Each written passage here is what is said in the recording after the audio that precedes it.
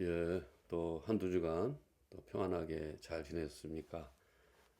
이번 주에는 제 개인 사정이 있어서 원래 2주 만에 찍어야 되는데 거의 한 10일 만에 이렇게 찍게 되는 것 같습니다. 설도 앞두고 이렇게 있어서 여러분들께서 많이 마음도 바쁘실 텐데 고향을 다녀오시고 또 갔다 오시는 귀성 귀경길까지 또 안전하게 또 건강하게 잘 다녀오시면 좋겠습니다.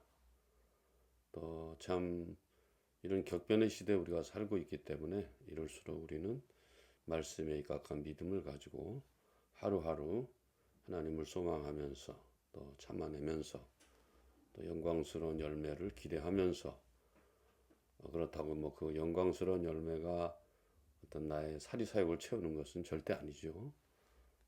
그래서 보편적인 하나님의 나라가 우리 가운데 이루어지면서 나도 온전한 삶을 살 수 있도록 그렇게 하나님께 인도받을 수 있도록 그것이 우리의 소박한 바람이라고 생각합니다.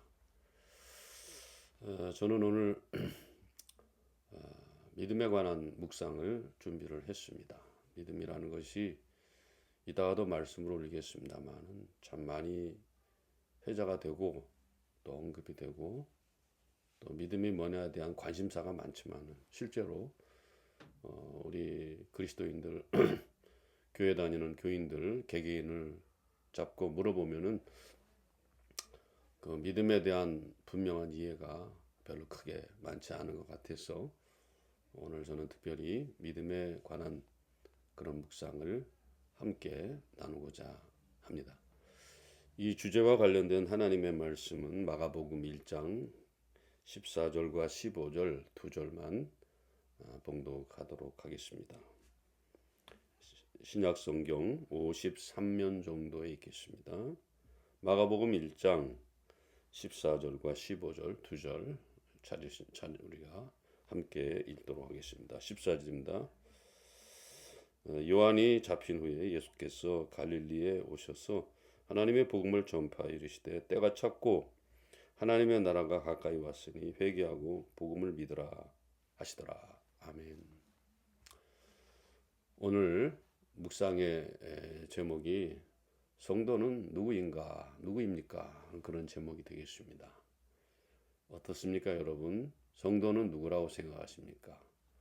교회에 주일마다 빠지지 않고 또 일주일 지내면서도 수요일도 나가고 금요일도 나가고 또 어떤 교회는 매일매일 새벽기도 나가고 이런 사람들을 우리가 그리스도인이라고 보통 얘기를 하게 됩니다.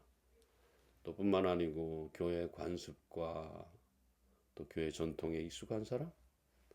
아니면은 또 하나님의 말씀을 제법 많이 아는 사람?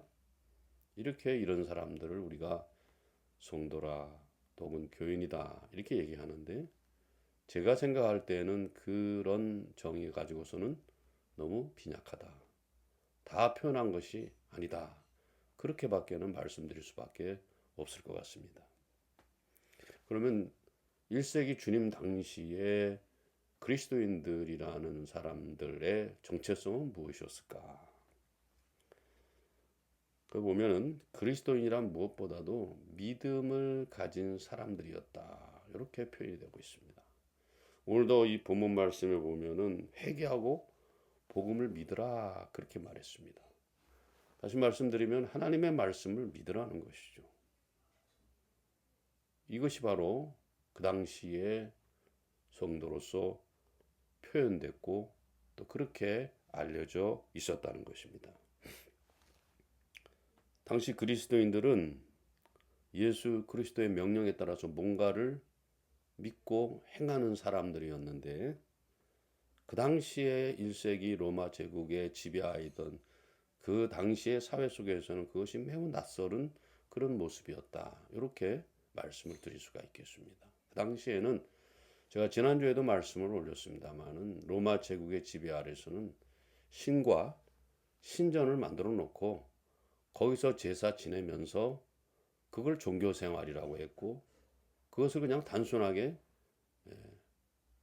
신을 믿는 사람들이다. 신앙을 가진 사람들이다. 이렇게 표현을 했다는 것입니다. 그래서 그 제사를 통해서 신의 비위를 잘 맞춰줘야만 된다. 로마인들은 그렇게 생각을 했다 그래요. 그렇기 때문에 그 당시에는 기능적으로 신에게 제사를 잘 드리는 그런 제사장들이 그들에게는 굉장히 대우를 받았다 하는 그런 기록이 나와 있습니다. 그러나 우리가 알다시피 유대교 시절부터 기독교는 십계명도 그렇고 절대 우상을 두지 마라. 이것을 엄격하게 힘주어서 그걸 선포했죠. 나 외에 다른 신을 두지 말고 어떤 그런 모양이나 어떤 형태라든가 이런 것들은 절대로 만들어서 그것에게 절하면 안 된다 하는 것이 유대교 전통을 가진 그 당시 고대 그리스도인들의 어떤 하나의 전통이었다 이거죠. 또 그게 또 어떤 신앙의 믿음의 핵심이었다 이렇게 말할 수가 있습니다. 그리스도인들은 일체의 형상 없이 신앙생활을 해왔기 때문에 로마인들은 그리스도인들을 이렇게 평가했다 그럽니다. 그들은 어떤 그 형상이 없이 신이 없이 신을 섬기는 그들의 신이라는 건 자기들이 깎아놓고 그 신전에 모셔놓고 거기다 제사를 드리는 게 그게 믿음 생활이고 그게 신앙 생활이었는데 그리스도인들은 그런 것들은 하나도 없었다는 거 아니에요. 그래서 고대 로마인들이 1세기 로마인들이 그리스도인들을 말할 때 뭐라고 말했다고요? 신이 없이 신을 섬기는 사람들이다. 이렇게 정의를 내렸다고들 합니다. 그런데 오늘 아까도 제가 본문 말씀에서 읽었습니다만 하나님의 나라가 가까웠다. 회개하고 복음을 믿어라. 이게 아주 핵심적인 선언입니다. 핵심적인 선언이에요. 다시 말씀드리면 말씀의 내용을 믿고 예수 그리스도의 삶으로 이어진 그런 모습들을 신뢰하라. 이렇게 우리가 이해할 수가 있으면 좋겠습니다. 그렇다면 말씀과 예수님의 삶을 믿고 따른다는 의미가 무엇일까? 여러분 이거 생각해 봐야 되지 않겠습니까? 우리는 말씀과 예수님을 믿고 따른다는 그 의미, 그 믿음의 의미, 이것을 분명하게 이해하고 신앙생활하지 않으면은 여러분과 저는 그냥 우상 숭배하는 것과 똑같습니다. 미신을 믿는 것과 똑같습니다. 왜? 다른 종교에도 그런 요소는 있거든요. 우리가 예배를 드리면서 기도하면서 막 간절하게 우리의 것들을 말하잖아요. 이것 주세요, 저 주세요, 이렇게 해주세요, 저렇게 해주세요. 뭐 로마의 사람들도 신전을 만들어 놓고 그 안에다 신을 모셔놓고 형상이 있는 신을 모셔놓고 그렇게 했다는 거 아니에요. 그들의 모습과 우리의 모습이 크게 뭐 다른 게 있습니까? 형상이 없다는 거가 좀 차이가 있기는 있겠습니다. 그러나 그 외 모든 부분에 있어서는 거의 비슷하다. 이렇게 말씀드릴 수가 있을 것 같습니다. 여러분 믿음을 어떻게 생각하고 있습니까? 그래서 아마 우리 작금의 우리 그리스도인들의 세계에서 믿음이란 말처럼 흔하게 사용되는 말이 또 어디 있겠습니까? 그러나 믿음이란 말처럼 오용되고 남용되고 하는 그런 단어도 별로 없을 것이다. 이렇게 말합니다. 이 주 예수를 믿으라 그리하면 너와 내 집이 구원을 얻으리라. 그렇게 말했어요. 근데 이거는 우리는 이런 글귀에 대해 이런 구절에 대해서 인식론적으로만 자꾸 이해를 하려고 그래요. 그냥 알고 있는 것이다. 의식 차원에서만. 의식 차원에서만. 컨션스니스. 의식하고 있다. 이걸 자꾸 믿음이라고 생각하는데 제가 볼 때는 이거는 사탄이 놓은 덫이라고 생각해요. 믿음이라는 것은 인식론 차원도 아니에요. 의식적인 차원도 아닙니다. 믿음이라는 것은 항상 그 결론이 뭐냐? 생활이고 삶이에요. 이걸 그 결론은 그렇다는 말입니다. 그 결론을 빼버리게 되면 아무것도 안 되는 것이죠. 요즘에 성도님들이 헷갈리는 게 뭐냐? 교회에서 예수 믿으라 그러니까 나 믿고 있다. 주는 그리스도시요 살아계신 하나님의 아들이다라고 베드로가 말한 것처럼 그렇게 늘 얘기하고 있으니까 나는 믿음이 있는 사람이다. 이렇게 다들 알고 있잖아요. 믿음으로써 구원받고 뭐 이신칭의가 어떻고 뭐 그런 얘기 쭉 하고 있지 않습니까? 그러나 믿음은 그렇게 간단한 것이 아닙니다. 믿음이라는 것은 복합적인 어떤 과정이다. 저는 그렇게 말씀을 드리고 싶어요. 믿음이 단순한 것 같으면은 그럼 누구나 다 믿을 수 있죠. 나 믿어. 나 신뢰하고 있어. 이렇게 할 수 있는 거 아니에요? 그러나 기독교의 믿음은 그렇게 단순하게 인식론적 차원에서의 그런 어떤 사고의 행위가 아니라는 것입니다. 단순한 의식행위, 사고행위, 컨션스니스가 아니다는 거지. 그 말이죠. 그러고 나서 또 한 가지 우리가 오해하는 게 뭐냐. 자기가 믿음이 있다는 것은 뭐예요? 자기가 뭔가 하나님 앞에 믿고 구하는 것, 그 내용들이 어떤 하나님에 관한 것, 말씀에 관한 것은 없어요, 사실은. 제가 늘 말씀드립니다만은 제자반, 사역반 이렇게 이제 또 어떤 일반적인 성도님들 기도 제목 받아보면은 공공신앙의 의미에서 공공신학적 의미에서 기도 제목은 거의 많지 않습니다. 그러나 그것이 많을수록 그 기도는 온전한 기도가 될 수가 있어요. 근데 대개는 그렇지 않습니다. 나를 위한 기도만 잔뜩 늘어놓고 그 제목이 이루어지기를 저 대학에 붙기를 원하고 좋은 회사에 다니기를 원하고 좋은 형제자매 만나서 결혼하기를 원하고 물론 그거 다 필요합니다. 그러나 거기에 믿음이 필요한 건 아니라는 것이죠. 그 점을 우리가 분명히 하고 신앙 생활 해야 된다는 것입니다. 그런 부분에서부터 우리가 오류에 빠지다 보면은 걷잡을 수 없는 기독교 신앙의 본질에서 벗어나서 왜곡되고 또 그게 잘못되어서 이상하게 표현돼 버리는 그런 미신적인 신앙으로 기울어질 수가 있다는 거기 때문에 우리는 그 부분에 대해서 조심해야 된다는 것입니다. 자, 그런데 오늘 본문 말씀에 주님은 하나님의 나라가 가까웠으니까 회개하고 복음을 믿어라. 회개한다는 말은 나 자신의 전 존재에 대해서 돌아보는 거예요. 내가 무엇이 잘못되고 어디서 엇나가고 무엇이 지금 문제가 되고 있는지 그걸 돌보면서 진짜 예수를 복음을 믿어라. 그렇게 말하고 있고 요한복음 14장 1절 여러분 잘 아시잖아요. 너희는 하나님을 믿으니 또 나를 믿으라 그랬어요. 오늘 그 중요한 거 두 가지 부분만 생각하는데 여기에 믿음의 의미가 아주 깊이 담겨져 있다. 오늘 이걸 묵상하면서 함께 우리가 말씀을 나눴으면 좋겠습니다. 제일 먼저 복음을 믿으라는 의미는 뭐냐? 복음이란 건 캐리그마인데 당시에 사도들이 예수 그리스도의 우리 죄를 위해서 죽으시고 또 고난 당하시고 죽으시고 부활하셨고 나중에 이제 또 재림주로 오시는 그리고 그걸 믿을 때 구원받을 수 있다는 그것을 전한 사도들의 선포를 캐리그마라고 하는 것이죠. 캐리그마라 그렇게 말하고 있습니다. 그래서 이 말씀 캐리그마를 잘 믿고 따르면 구원을 받고 이 땅에서 온전한 삶을 살게 된다. 이게 온전한 삶이라는 게 부유한 삶을 말하는 게 아니에요. 형통한 삶을 말하는 게 아니에요. 잘 나가는 삶을 말하는 게 아니잖아요. 제가 자주 말씀드리고 온전함이라는 건 잘 될 때도 교만하지 않고 안 될 때도 절망하지 않는 이게 온전한 삶이에요. 그리스도인의 목표는 바로 그것입니다. 네? 그런 모습의 신앙생활이 여러분과 저에게 필요한 것이죠. 그래서 이로써 알 수 있는 것은 믿음이라는 것은 단순하게 소원 성취와 어떤 바램 성취가 이루어지는 것을 그것을 또 그렇게 기대하는 것을 믿음이다. 이렇게 생각해서는 안 된다. 또 한 가지 아까 말씀드린 것처럼 의식적인 차원에서 인식적인 차원에서만 자꾸 그것을 믿음을 그렇게 단순하게 이해를 해버리게 되면은 우리는 믿음의 근처도 못 가고 그냥 넘어지게 되고 마는 것이죠. 이게 누가 원하는 사탄이 원하는 거예요. 하나님은 절대 그렇게 원하지. 바울 사도를 통해서 말하는 너희들이 배우고 확신하는 가운데 구하라. 뭘? 말씀에 대해서 배우고 확신하는 가운데 거하라 이렇게 말하고 있습니다. 그래서 주님과 사도들이 전한 말씀에 대해서 믿음을 갖는다는 것은 어떤 의미가 있겠습니까?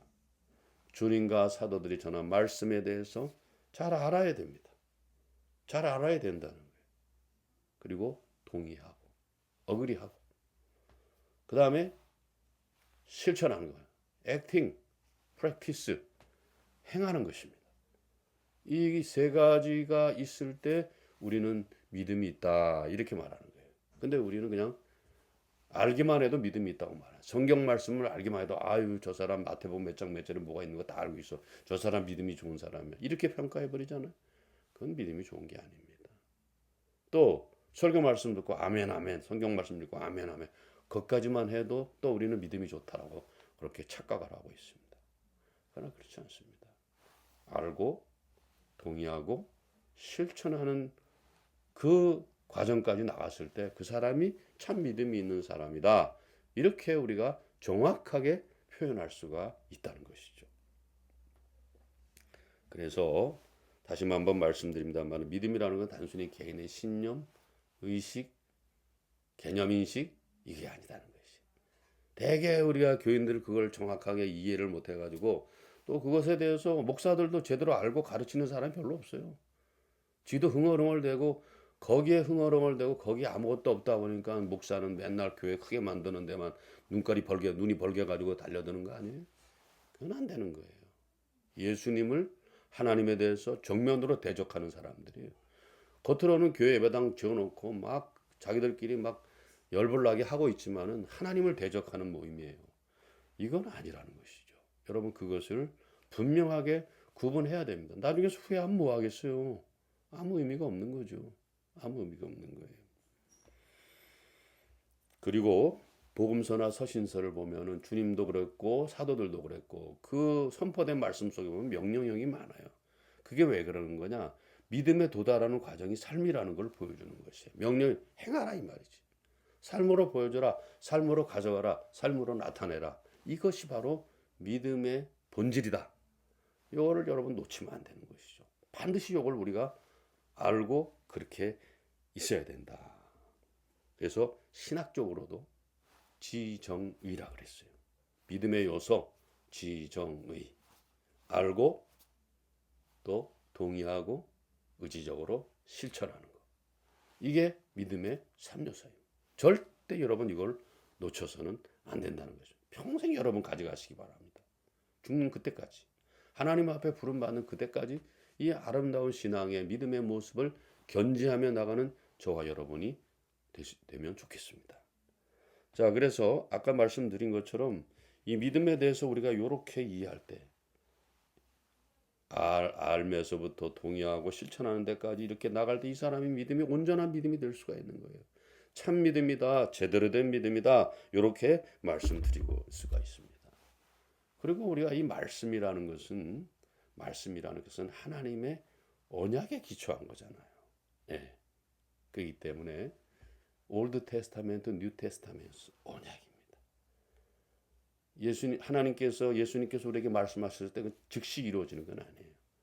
특별한 때에는 그렇게 될 수도 있지만은 평상시에 우리가 하나님의 말씀과 관련해서 내가 어떤 믿음을 가지고 있다고 말할 때 그것이 하나님의 뜻에 부합되는 것이라 하더라도 인내해야 돼요.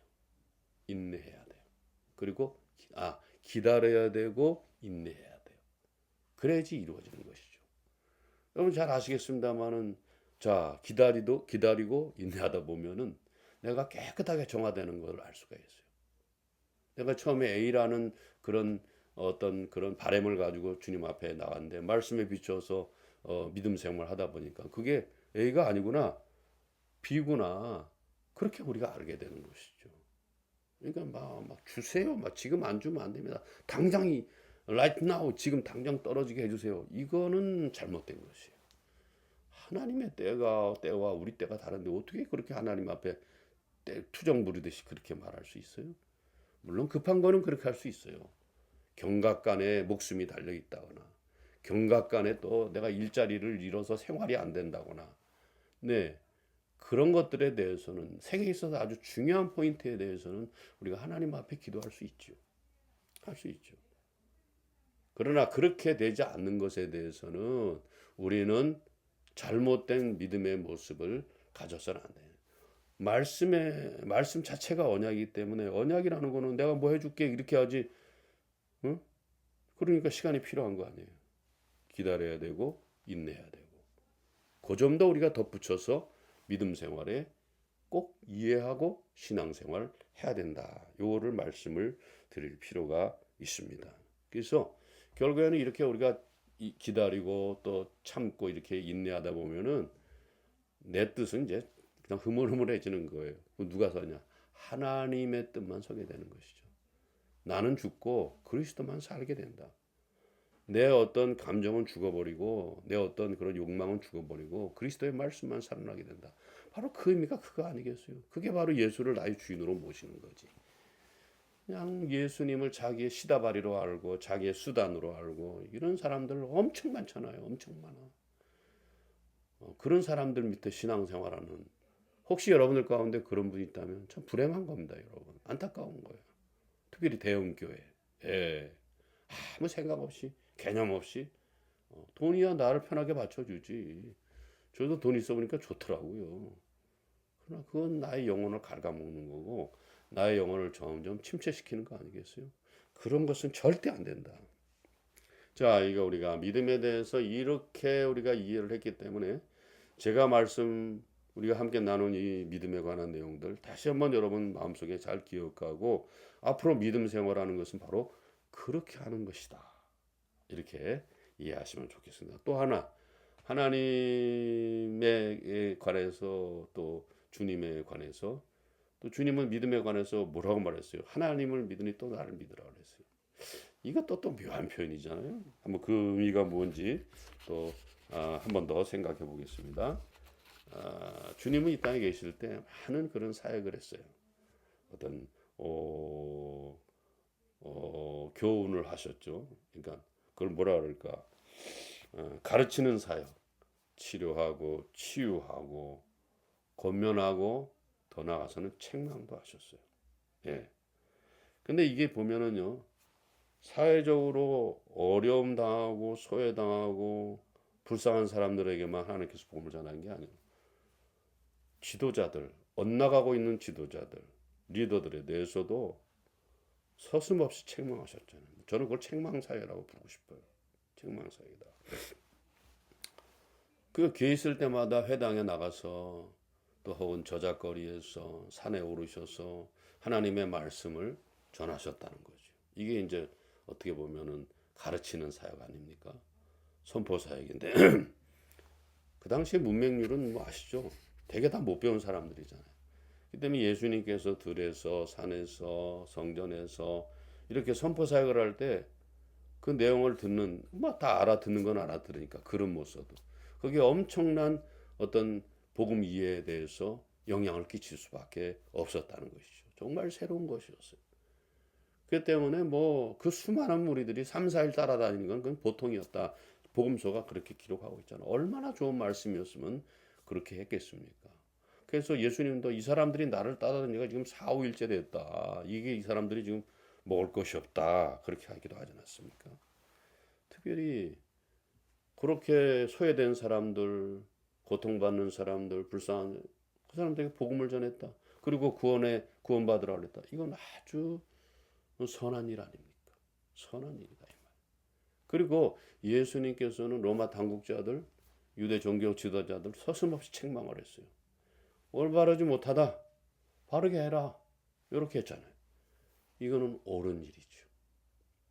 그 일 때문에 목숨을 버리시게 되는 거예요. 물론 우리가 예수님이 우리 영혼을 위해서 영혼 구원을 위해서 십자가를 지었습니다만은 결국에 보면 예수님은 옳은 일을 말씀하시고 선한 일을 많이 하시다가 그 꼴을 못 보는 로마에 의해서 유대 종교 지도자들에서 처형을 당한 거잖아요.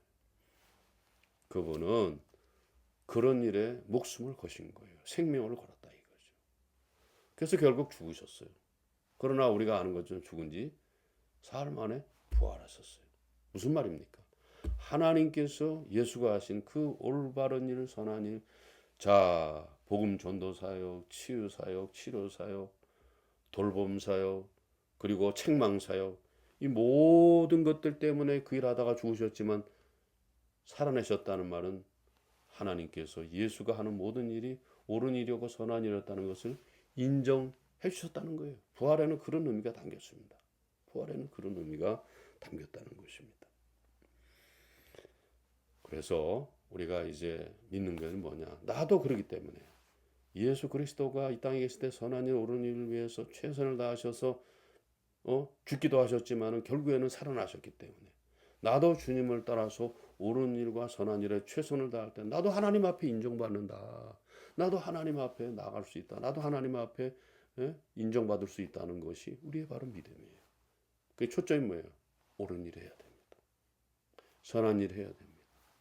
물론 우리가 옳은 일 하다 보면 손해보고 불편하고 귀찮지. 그러나 주님은 죽기까지 하셨는데 뭐 그런 것 가지고 손해본다는 것 때문에 귀찮은 것 때문에 불편하다는 것 때문에 믿음을 못 지킨다?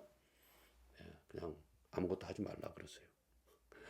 그러니까 우리가 믿음은 복음에 대한 믿음, 예수 그리스도의 사역에 대한 그 삶의 어떤 모습에 대한 믿음, 그 두 가지로 우리가 나눠 생각해 볼 수 있어요. 동일하게 다 삶으로 가져가요. 주님이 선포하신 말씀을 알고 동의하고 실천하고 예수님께서 행위로 보여준 옳고 선한 일에 승리자가 되셨기 때문에 나도 옳고 선한 일을 하면은 이름 받을 수 있다.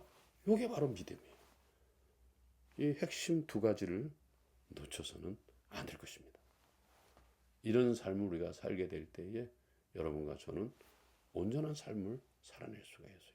여러분, 우리의 목표가 돈 많이 벌고 자식들 아주 형통하게 되고 다 잘 되고 나도 끝까지 삶을 물질로 보장받고 이거가 아니에요, 여러분. 이거 아닙니다. 온전한 삶.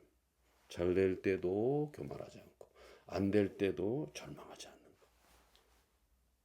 명절 앞두시고 또 복잡하게 여러 가지 일들에 여러분들이 또 이제 섞이실 텐데 친척들 만났을 때에 또 어르신들 만났을 때에 어떤 우리가 그리스도인으로서 삶의 모범, 깍듯한 예의 이런 것들 아름답게 보여주고 실천하는 그런 모습을 통해서 또 이번 구정 명절이 여러분들에게 아주 풍성한 또 영광스러운 그리고 흠모할 만한 그런 설 명절이 되면 좋겠습니다. 오고 가실 때 아주 안전하게 천천히 운전하시고 또 건강한 모습으로 복귀해서 또 일상의 삶에서 우리는 일상의 삶이 너무 기대가 되잖아요. 그런 삶을 살아내는 여러분 되시기를 주님의 이름으로 부탁을 드립니다. 감사합니다. 평안하십시오.